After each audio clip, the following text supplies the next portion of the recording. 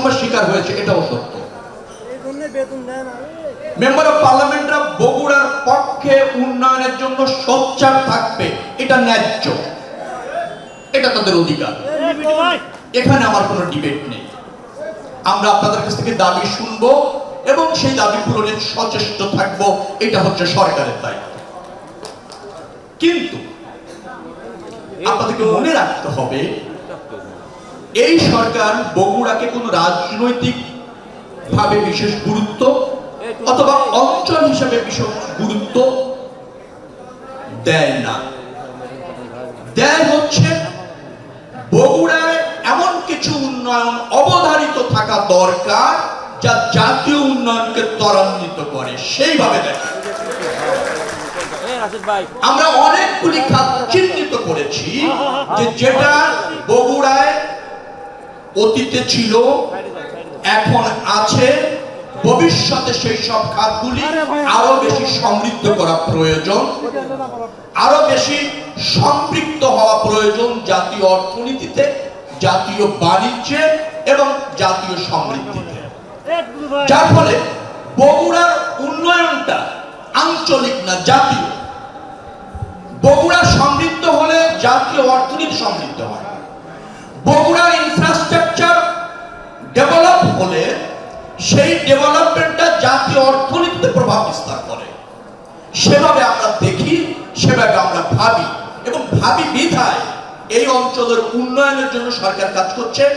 মন্ত্রী হিসাবে আমরা যে দুজন আছি, আমরা সেটাকে প্রাধিকার দিচ্ছি।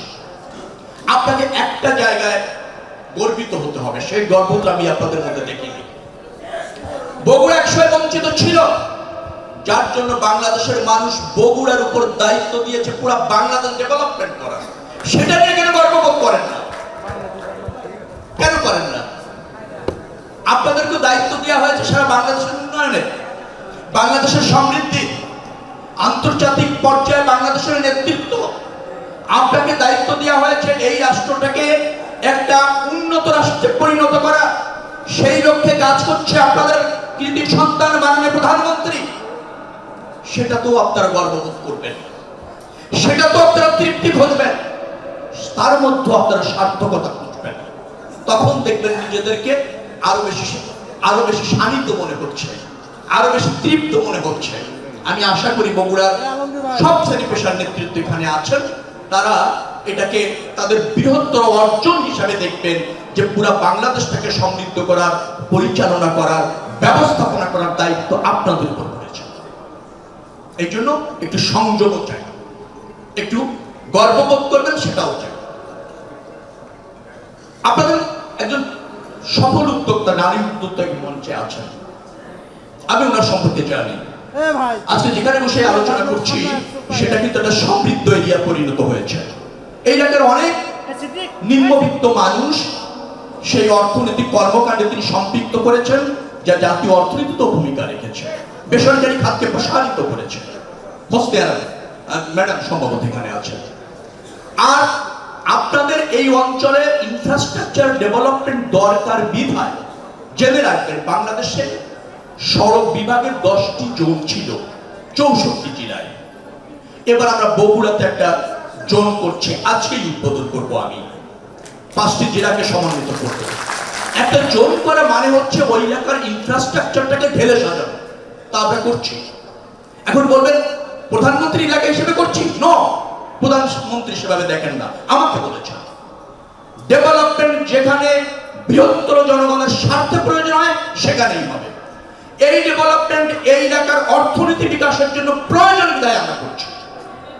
আমরা কোনো রাজনৈতিক বা আঞ্চলিক প্রয়োজনে করছি না, আবারও বলছি জাতীয় স্বার্থে করছি, জাতীয় অগ্রগতির অংশ হিসাবে করছি।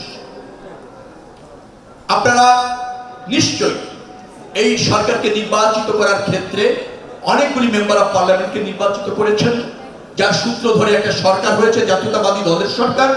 মনে রাখবেন এই সরকার জবাবদিহিমূলক সরকার, জনবান্ধব সরকার এবং আগামী দিনে পুরো বাংলাদেশকে বিনির্মাণ করার অঙ্গীকারের সরকার, এবং সেই সরকারের প্রধান এই বগুড়ার কৃতি সন্তান।